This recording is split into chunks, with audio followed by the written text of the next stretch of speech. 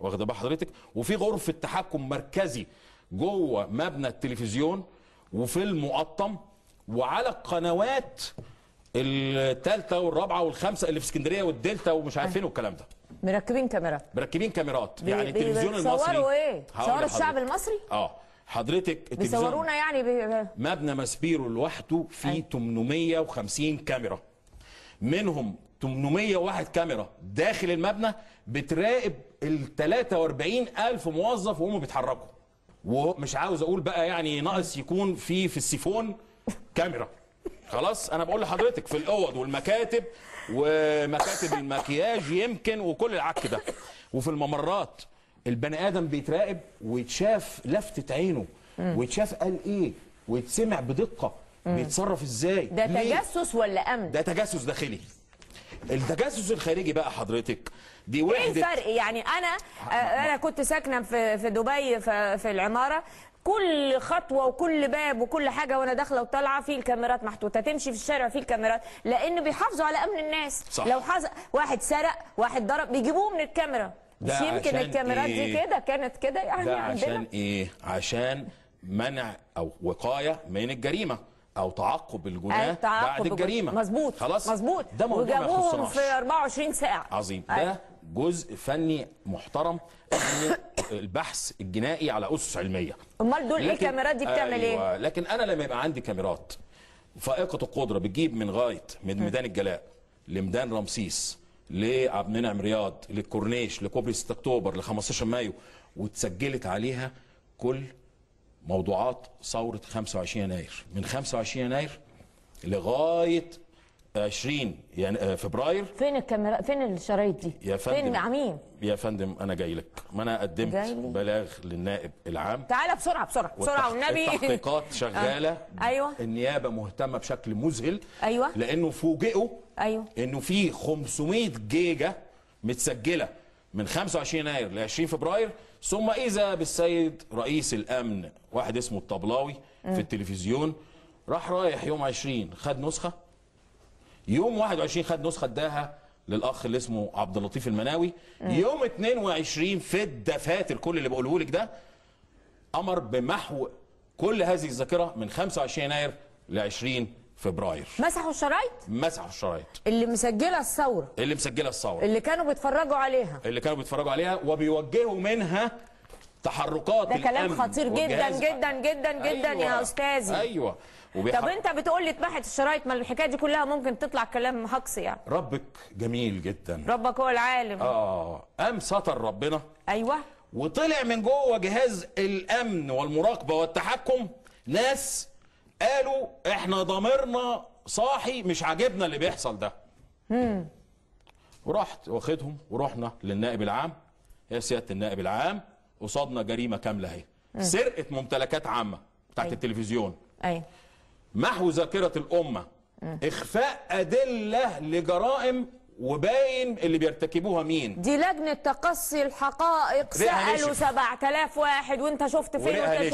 ورقنا نشف. عايزين صوره، عايزين حاجه تدل ايه اللي كان بيحصل في موقعة الجمل وغيره. والمجلس الاعلى للقوات المسلحه ناشد كل المواطنين اللي عنده حاجه يقول لنا. طب وما طلعوش الشرايط دي ليه؟ نعم. يعني المجلس الاعلى للقوات المسلحه، النائب العام، رئيس الوزراء، ناشدنا، لجنه تقصي الحقائق ناشدوا بكل من لديه اي معلومات عن قتل المتظاهرين، والشرايط دي موجوده. طب ما قالوا فين الناس الطيبين دول اللي قالوا لا مش ما هو حضرتك لما يجي رئيس الامن ويمحو. مين اللي مخبي الشرايط دي؟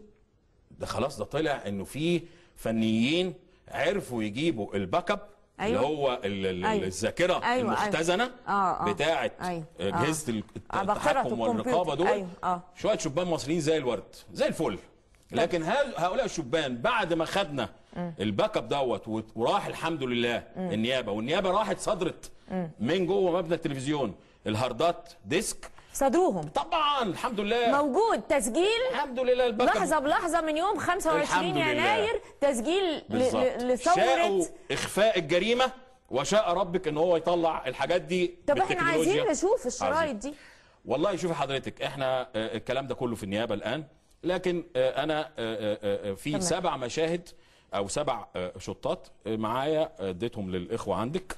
يلا نشوف دول اهميتهم دي مفاجاه رائعه. اهميتهم مش في المشاهد وبس. ايوه، اهميتهم في انه اثبات مكتوب بالارقام وبالتواريخ، اثبات ان دي تسجيلات كاميرات التلفزيون المصري. ايوه، لانه الكاميرا بتبقى عليها التسجيل، التاريخ والتايم كود. ده اللي يهمنا بالزبط. بقى.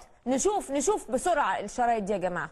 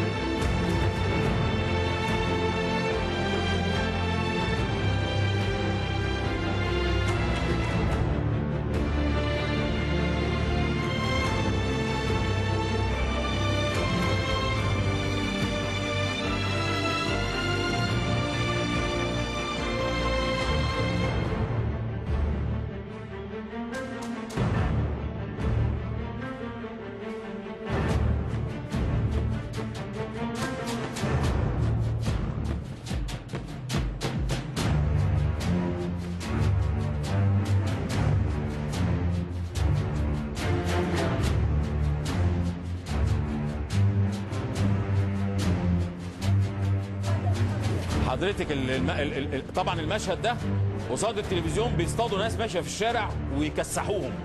واقف رجال امن الدوله وواقف مدير امن التلفزيون. وفي المشهد السابق هتفاجئي بانه بتوع هنا بقى ده مشهد خطير جدا. العربيه اللي ماشيه دي حضرتك بتقتل الناس، بعد ما العربيه بتعدي من كل متر بتلاقي ناس ساقطه، من ناس واقعه، وفي اسره كامله اتقتلت على الكوبري دوت. والعربيه دي ماشيه تنش رصاص وتضرب رايح جاي. كل ما تعدي العربيه خطوه، ودي عربيه ميكروباص وقفت تلم الناس اللي اصيبوا، والناس عمالين يحطوهم في العربيه. ده حضرتك المراكب اللي عند كوبري نهايه كوبري قصر النيل اللي على ناحيه الزمالك. ايوه. لكن واحد من اخطر المشاهد اللي عدت هنا عربيات نقل بتنزل بلطجيه.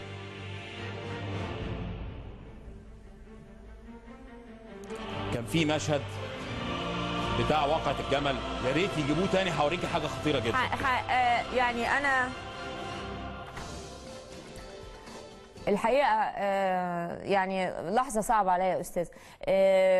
كلما تذكرت هذا اليوم وكلما تذكرت يعني هذه القسوه والوحشيه في التعامل مع المواطنين، وبنقول لجنه تقصي الحقائق. اعتقد النهارده معانا دليل بالشرايط المسجله من كاميرات وزارة الإعلام ومن فوق ماسبيرو، وواضح فيها مدى عملية الانفلات الأمني الخطيرة وعملية البلطجة الواضحة. يعني مش معقول دخل شفته بيخبط برجله بيكسر، يعني ده واحد داخل التلفزيون عشان يكسر، مش غضب ده يعني. مش اللي كانوا في التحرير. لا خالص. التحرير كانوا واقفين. بعد كده بعد هذه البلطجة الشعب هو اللي حمل بلد. ايوه. طيب هنعمل ايه بالادله دي؟ عاوز اقول لحضرتك اعتقد ان هذه ادله خطيره وهي موجوده مع النيابه دلوقتي. هذا المشهد اللي ورا حضرتك الان اذا كان ظاهر على التلفزيون، أيوه. انا عايز انبهكم مين اللي واقف بيحرس مسيره البغال والجمال والخيل. الحرس الجمهوري. بص كويس، دول الحرس الجمهوري مش الجيش المصري ولا حتى البوليس. الحرس الجمهوري واقف بيعديهم فعلا. ايوه عشان يروحوا التحرير. الحرس الجمهوري ده واخد اذن من مين؟ حرس الرئاسه. بالظبط. ده جزء جوهري مسؤوليه مبارك ومسؤوليه رئيس الحرس الوطني اللي انا الحرس الجمهوري اللي انا هبلغ ضده خلال الايام القادمه ايضا، لان اول مره هتبلغ ضد الرئاسه؟ لا انا بلغت خلاص ضد الرئاسه. أيوة. بس انا اول مره اشوف الحرس الجمهوري في المشهد ده. ايوه. فرئيس الحرس الجمهوري اللي بيعدي القتله لقتل الشباب المصري في ميدان التحرير، انا لازم ده يتحاكم. هيتحاكم يعني هيتحاكم. اللي يهمني هنا كل مسؤول ضليع في هذه المؤامرة البشعة على حياة الشعب المصري لابد أن يحاكم. وأتمنى أننا يا أستاذ أمير نرى محاكمات سريعة، وأتمنى أن تكون هناك محاكمات تحظى من الشفافية بمكان. وإحنا امبارح كان بيكلمنا المستشار الخضيري وكان بيطالب بالمحاكمات العلنية، وأنا بضم صوتي ليه، وأعتقد أن إحنا كلنا لازم نطالب بمحاكمات علنيه لهؤلاء وسرعه البت. شوفي حضرتك، ان لم يحاكم مبارك واولاده محاكمه عاجله وعلنيه علنيه طبقا للدستور والقانون المصري، لو ما حصلش ده هيستمر الانفلات الامني، هتستمر البلطجه. لانه حضرتك سيدهشك انه لحد النهارده في مصريين طيبين ومواطنين صالحين بيقول لك هو يا جماعه الناس دي بجد بتشتغل معتقدين ان مبارك واولاده راجعين تاني؟ عندهم واصل الاحساس لكده نتيجه الله. امال فين الامن بتاع الدوله اللي المفروض انه عنده حصر تفصيلي باصحاب السوابق ومسجلين خطر، وعنده معرفه بمين اللي كان بيستخدمهم ضباط مباحث الجنائيه في معارك التزوير والانتخابات؟ عنده حصر تفصيلي بدول. طب ما تقبض على دول يا اخي وتخلصها. الأستاذ أمير سالم الناشط الحقوقي ومنسق الحركة الشعبية لحماية الدولة المدنية بيقول أنه يوجد مخطط عن عمد كما يتضح من الشرائط التي تعرض للمرة الأولى على شاشات التلفزيون، وبنعتبر أن ده سبق. بنشكرك أستاذ أمير على أن أنت يعني قدمت لنا هذه الشرائط التي نتقدم بها على الهواء للنيابة ولجهات التحقيق للإسراع بأخذ خطوات في محاكمة هؤلاء بأمانة النيابة من ساعة ما تلقت هذا البلاغ اللي أنا عملته وهذه الشرائط شغالين 24 ساعة والله العظيم. لأنه إنه في أدلة كتير هم محتاجينها مش لاقيينها، محدش بيديها لهم. ربنا معاهم. النيابة عندها قضايا قد كده، والله أنا ما عارفة بيشتغلوا يعملوا إيه، إشي حرامية وإشي أموال وإشي نهب أراضي وإشي هربانين، واللي عايزة تسافر، واللي هيمسكوا مين ولا مين ولا هيحققوا في إيه ولا في إيه. الحقيقة الفساد كان للركب. لا للرقبة. للرقبة. لا الحمد لله إحنا لسه مطلعين راسنا فوق، وارفع رأسك فأنت مصري. طبعا.